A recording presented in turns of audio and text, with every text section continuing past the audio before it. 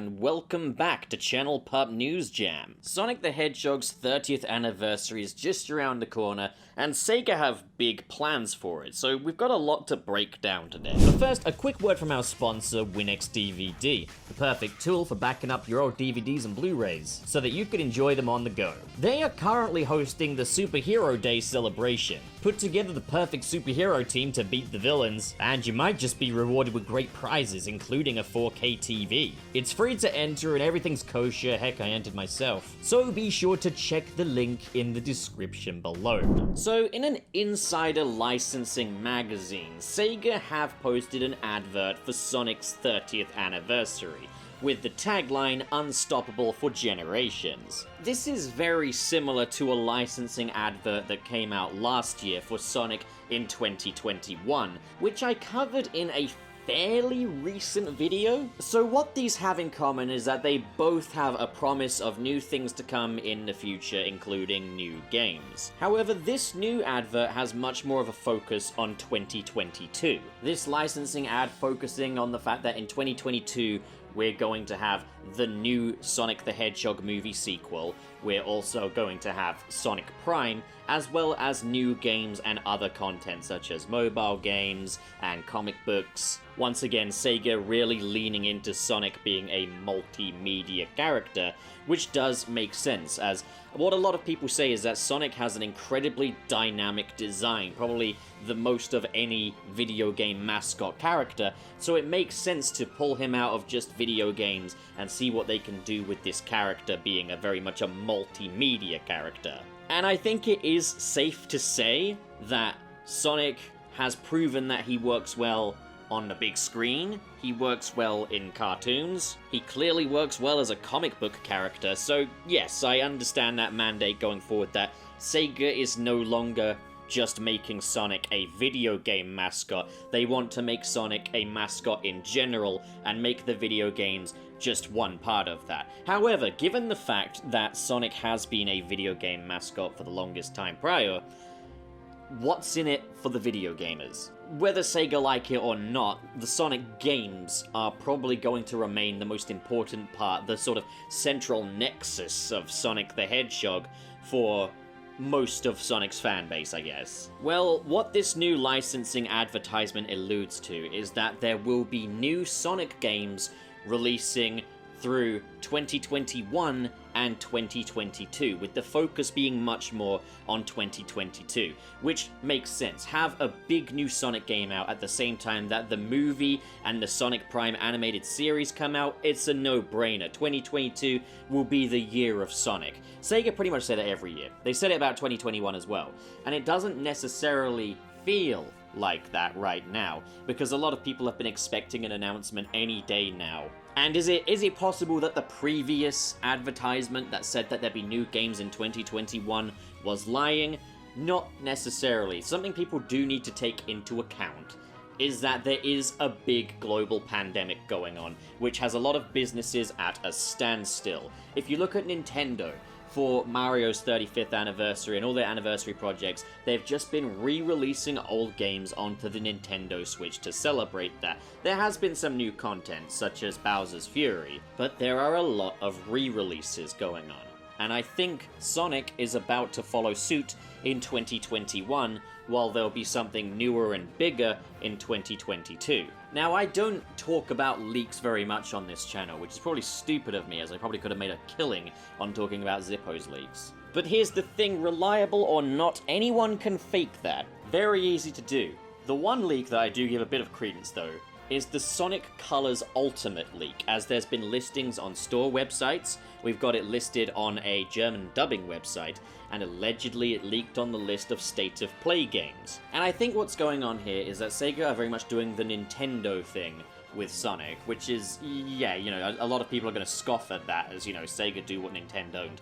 But in this case, global pandemic, it's affecting different studios differently from others, so, like, obviously it makes sense for Sega to release a remastered game in 2021, just to keep everyone sated until 2022, when the next big Sonic game comes out. And I think that's what's going to happen. On Sonic's 30th anniversary date in June, I think there's going to be the announcement of the Sonic Colors remaster, Sonic Colors Ultimate, coming to PlayStation 4, Xbox One, Nintendo Switch, PlayStation 5, and Xbox Series X, possibly PC as well. And we're also going to get our first tease at what the next big Sonic game is going to be. And presumably they've been taking their time on this. I get the feeling that the Sonic Colors remaster could just be a last-minute thing. Like, it hasn't taken them necessarily too long to do, but basically, Sonic Colors is a very visually distinctive Sonic game. It's one of the most visually beautiful and spectacular Sonic games that's ever been released, despite it releasing on very much lower power hardware even at the time of its release. So taking those visuals, popping them into a new engine, updating Sonic, updating the graphical and lighting engines and all of that, it's going to make for a gorgeous, visually distinctive Sonic game to release on the newest generation of consoles. And as well as that, it's a safe bet as Sonic Colors is one of the most highly regarded 3D Sonic games. So they'll be building themselves a positive foundation to work on going forward with the next game. They won't have that air of skepticism surrounding them, whereas that's what I think the plan is. And I think what's going on in the fan base as well is a lot of people are upset because they waited quite a long time for Sonic Forces to come out, and that game was in no way the big Sonic game that it was hyped up to be. Like, it was one of those things where it was clearly a very last-minute project that was cobbled together using cannibalized parts of other existing Sonic games, and that was it. Sega basically did everything they could to hype it up and make it feel big. But, like, obviously, you know, you can only dress it up so much. And people really want to know what that next game is going to be because they want to know that they're not waiting all this time for another Sonic Forces. The thing is, you want them to take their time and not rush it, but you also want to know what it is. And I understand that there's a lot of frustration there, but people just need to let Sega get to work with this. Let them crack on, trust the process. I understand people have been burned in the past. Sonic's track record is very, very shaky. But all you can do is let them get on with this and hope for the best. Don't necessarily expect the best, but hope for the best. So one incredibly unexpected bit of news is that Vector the Crocodile will be joining Sonic-2 Sonic Boom. Now, I thought that the Sonic-2 game was pretty much dead in the water, as there'd been a lot of big new updates to Sonic Dash, including an entire overhaul of that game's entire structure, movie Sonic content, brand new levels. They've really expanded that game. As well as that, there's been a lot of focus on Sonic Forces Speed Battle, bringing IDW Comics characters into that game. So I wasn't expecting the update that they would be adding brand new content to Sonic-2 Sonic Boom.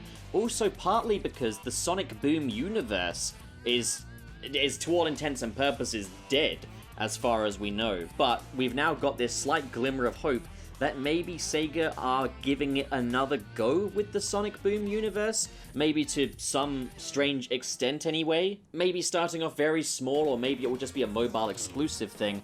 Or maybe I'm just reading too much into this and they've just added Vector the Crocodile and that's kind of just it. I don't know, but, you know, I'm quite a fan of the Sonic Boom universe, and I always thought that, like, Sonic Boom games had a great deal of potential, maybe even more potential than the main series Sonic games. But this could be just our indication that Boom's not dead, and that there's still more to come from the Sonic Boom brand.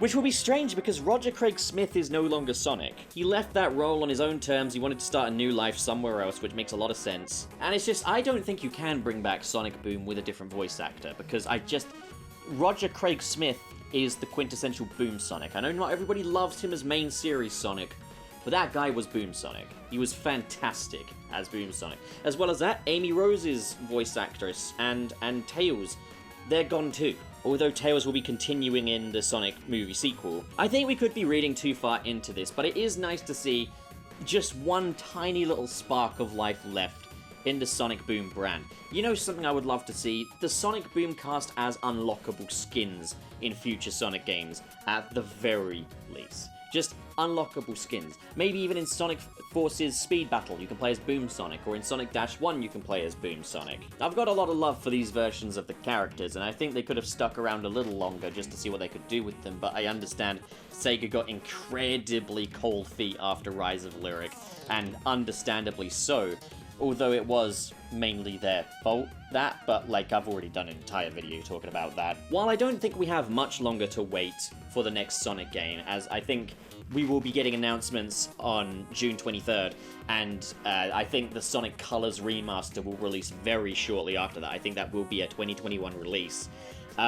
If you do want to keep your Sonic appetite sated, there's a ton of fan content out there. Something that's very much caught everyone's attention is a Sonic fan game called Sonic Omens, which runs on Unreal Engine 4, and it's going to be a very story-oriented episodic release. I've played the first episode, and it's just fantastic. Apparently there's 4 episodes in the bag, and they're just going to release them shortly over time, but I played episode 1, I'm loving this game, it's a throwback to when Sonic games were incredibly impressive, it's great stuff. Of course, if you don't have the PC to handle that, but you do have a PlayStation 4 or 5, you can get Dreams, which is an open source games creator made from the makers of Little Big Planet, and they've got a big community-based bank of games that you can play, and some amazing Sonic games in there, one of which I played was called Sonic Venture, which feels like a big throwback to Sonic Adventure 2 in terms of its gameplay. There's also a Boom Sonic skin in that game once you unlock it through red rings. They've got a ton of levels already made, beautiful hub worlds. It's a great sort of tech demo of what you could hope to see from a Sonic Adventure 3 or a Sonic Adventure remaster, but like all the levels are original, so more Sonic Adventure 3. There's also Sonic Dreams Adventure, which kind of pulls more inspiration from both Sonic Unleashed and Sonic Adventure, and that's also very promising too. There's a lot of fan content out there to whet your appetite for a new Sonic game. So if you're really that frustrated that there hasn't been a new game or a new game announcement yet, I highly suggest that you play through some of these. So what do you guys think? Sound off in the comments below. What do you expect from Sonic's 30th anniversary? Are you excited? How are you feeling about it?